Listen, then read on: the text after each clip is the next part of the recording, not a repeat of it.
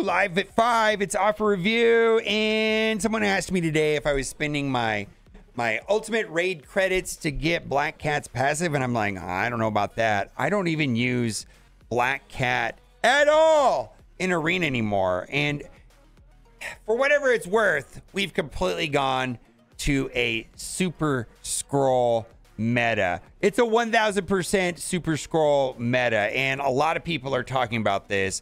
Boylon put out a video today, says, don't buy this. Secret Defenders Arena meta no longer. Have not watched the video, but I'm going to guess what he says because it's the truth that I'm not using Black Cat at all in the Arena meta. So I put out a video 6 days ago, and I was actually fighting against Valley Flying's team here, and I was losing because my Super Scroll was going second. And what's happening is that Black Cat is giving a ton of turn meter to Super Scroll, and the Arena meta right now is solely about Super Scroll. So Super Scroll's passive says right here, when an enemy gains a positive effect or when this character or an ally gains a negative effect, heal self for 5% of the character's max health and fill this character's speed bar by 10%. So yeah, I mean, it's all about Super Scroll. Now, I don't know what team is optimal, but Black Cat has a lot of positive effects. You know, she gets like 9 death proofs. Even Robbie Reyes puts out tons of bleeds. Maybe that's not optimized, but a week ago, not quite a week ago, 6 days ago, and I'll link this video. And you know, I was sent a couple teams from 2 members, and I referenced them in this video here. I did not create this team. I pivoted away from Black Cat entirely. I do not use her on offense. I do not use them on defense. And Black Cat no longer. So here's the team I use on offense, which was featured in that video from a week ago. Link to that video will be in the description as well. And then I don't know if this is optimal, but this was the defense that Valley Flying was using in that video, which I struggled against. And I pivoted to use this team on defense. But I think there's going to be a lot of options.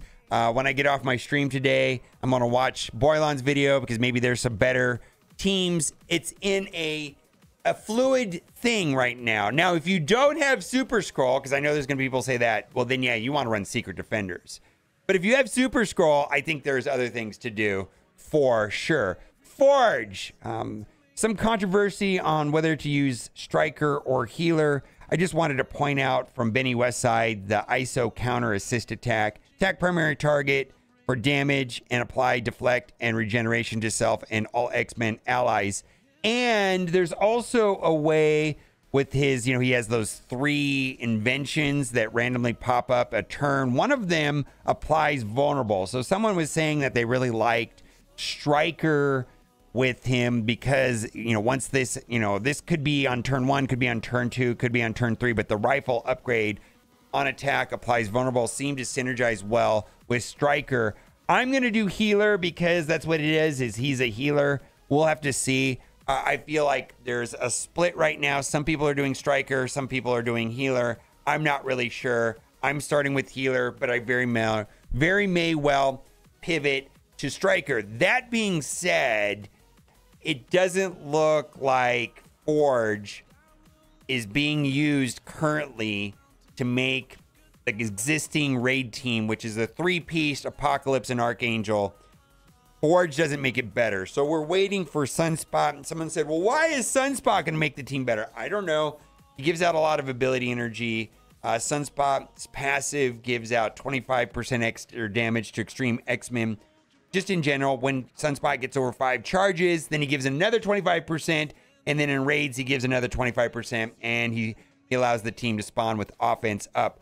We'll have to see how this plays out. But for me, I'm not running to upgrade Forge right away. I'm going to wait till Sunspot's there, and then I will go in with the complete Extreme X-Men team. Right now, I'm just kind of limping through it with Cyclops, Gambit, Nightcrawler, Apocalypse, and Archangel. That's just what we're doing for right now. Also, big shout out to Rob. 100 million gold. Woo! Should I do it like that? 100 million gold? My goodness. Also, I want to read this post, and I actually do not think that Scopely would consider this. But I just wanted to read it because I think the sentiment is good, and maybe they should do something. But I also feel like Scopely's going to look at this and say, well, the only reason why I put Mr. Negative there was to get people to go to the web store. And now that people are already going to the web store, what do we care? I think it's time for us to bid farewell to Mr. Negative from being in the free daily claim from the web store. Wolverine or even most veteran or mid-game players already have Mr. Negative unlocked 7 stars, and so the daily free claim from the web store ends up being Ultimus Food, which Ultimus Food's a good thing now. Perhaps it's time to replace it with a different character who is more impactful in the game, maybe even one that isn't farmable yet.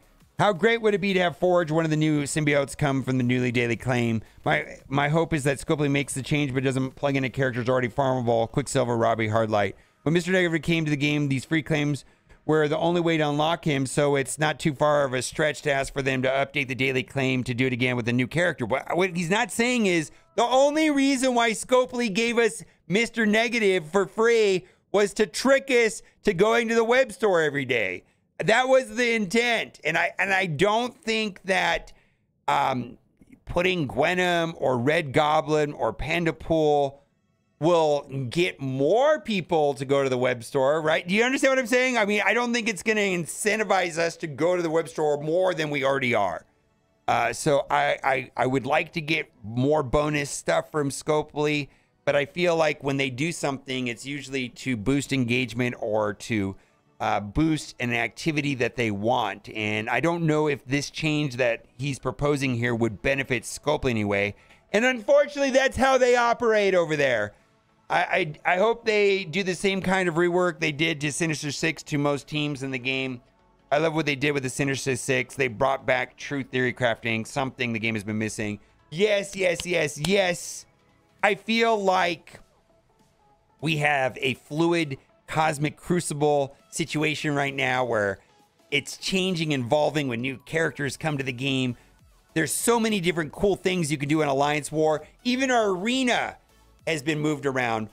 This has been the best time for theory crafting in a long, long time. I challenge anyone to suggest when there was a better time for theory crafting. Maybe when the game first came out, when they had no team synergies and it was all theory crafting. Maybe it's been that long ago. I'm not sure. Even better, they did with characters most people already have at max stars. Sure, they may not be leveled, but that's another plus because it allows Scopely to push for a wider roster, something they also want.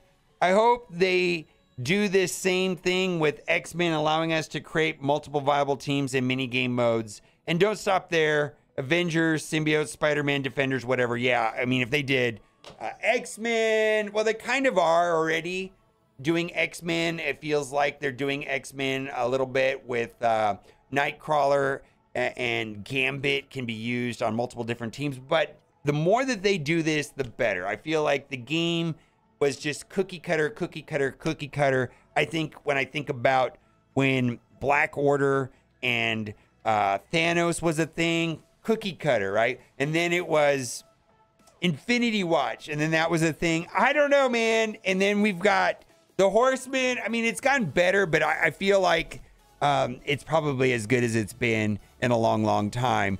Best Undying Team combination. What can I combine with Best Undying Team? And I do like this suggestion. I use Venom and Carnage. I've managed to load up over 40 bleeds and opponents in war. I personally don't use Venom and Carnage, but for me, I really like Dormammu and then somebody else. And the reason why I like Dormammu is when Dormammu does his special, he gets a charge. And then when an enemy takes a turn, when he has a charge, he starts flipping things. And many of them turn into blades, which is just amazing for Zombie Iron Man's passive. So personally, I just really like Dormammu on this team. Plus, also, this gives Zombie Juggernaut a chance to get exploded, then get revived from Dormammu's revive once. And then if he gets enough charges, then he could revive on his own with his charge mechanic. So oftentimes when I don't run Dormammu with this Undying Team, I find that my Zombie Juggernaut gets exploded early in the match and doesn't add anything to the battle other than just stand there and die like a pre-taunting tank should. Anyways, Nightcrawler, Blitz events. What do you guys think of not being able to See current rank and Blitz event. I hope blind leaderboards are even more limited in 2024. Yeah. And then also, Nightcrawler Blitz concern. There is a current Blitz event going for Nightcrawler unlock method. Blitz is currently set on a 1-hour timer until the end of 2023. But the event will run into 2024, and the 1-hour Blitz timer is going to go back to the normal 2-hour, according to the blog post a while ago. I think they need to keep this 1-hour time for the entirety of the event, or just keep it permanently. Yes. Now, I personally don't care if it's 1 hour or 2 hours. Delete the game mode. I hate Blitz. Doesn't matter if it's 1 hour, 2 hours, 6 hours, 19 hours, 30 seconds. It's garbage. It's trash. That being said, I'm very aware that people like the 1 hour cooldown. And if that makes the game better for a large percentage of the players, then yeah, let's do that. I don't see how they're going to continue to have this garbage game mode and go from 1 hour back to 2 hours. It's just not going to be a good thing. People are not going to be happy with that. And oh my God, they'll be doing us such a favor, right? I mean, I feel like it's like, oh, we're doing you a favor. We're going to allow it to continue a little bit longer. Other thing, Blitz event has started. Brace yourself for people to ask why their cooldown time is 8 hours. So you can only play each character 8 times in a 24-hour period. And so let's say you blitz every hour on the hour for 8 hours, and then you're going to have their cooldown is longer than an hour once you've maxed out your team's, your character's refreshes. So this happens, and it's going to be more common where if you successfully blitz 8 rotations, which is the maximum number of rotations you can do, then your cooldown will be longer than an hour. Let's get into the offer review part of the video. We got, now I'm not buying this, but this is a Diamond Orb. So this is better than the Diamond Dawn Orb. The Diamond Dawn Orbs are inferior of the two, where they have a 50% chance of having a 7 red. This is the better of the 2 orbs. This was the orb that they tried selling for, I don't know what, $40 a piece, something outrageous. $100 a piece. I don't know what they were trying to sell for originally, but yeah, $100, and they dropped it for $40. Now they dropped it down to $20, right? And then it has an Elite 7 and has an Elite 6. I'm not buying it, but I'm sure somebody will. We got 2 Elite 7s, an Elite 6, and then a bunch of 4s and 5s. I don't even know if I'm in a place where these are not that impactful, but I think 6s and 7s still do something. Then right here, we've got a $20 offer if you're looking for training materials. And then this is also the Sparkler currency for the current pay-to-win, Kraken only, no access to this right here for free, just a spending event. It is what it is. We got 2,000 of the training materials and then some gold and some more training material orbs for 20 bucks. I think if you're looking for that, that's fine. I mean, probably going to need this to offset your 100 million, right? I don't know. I feel like that's what's happening right now, is they're going to give away a bunch of gold to incentivize people to buy training materials. $5 for tie grab. And then we've got a reasonable enough offer right here, 8.5 million gold, $20. And then there's 1,200 gold promotion credits, and then 1,000 dark promotion credits. One of the battle passes, which happens every 2 weeks, has a large amount of dark promotion credits. I think over 3,500 for 20 bucks. I would do that first if your sole intent is to get value and looking for dark promotion credits. But if you need more gold promotion, more dark promotion credits than that, then there's this offer here for 20 bucks. And we've got Mockingbird and Ronin and a Elite 7, and then 2 Sparklers for $10. I think that's reasonable enough. And then this has a direct 7 red promotion and 100 photons, and then 2 Sparklers. And then lastly, spend your incursion energy. We need a reminder for that. All right, guys, let me know what you think in the comment section. As always, thanks for watching. Keep on gaming. Bye for now.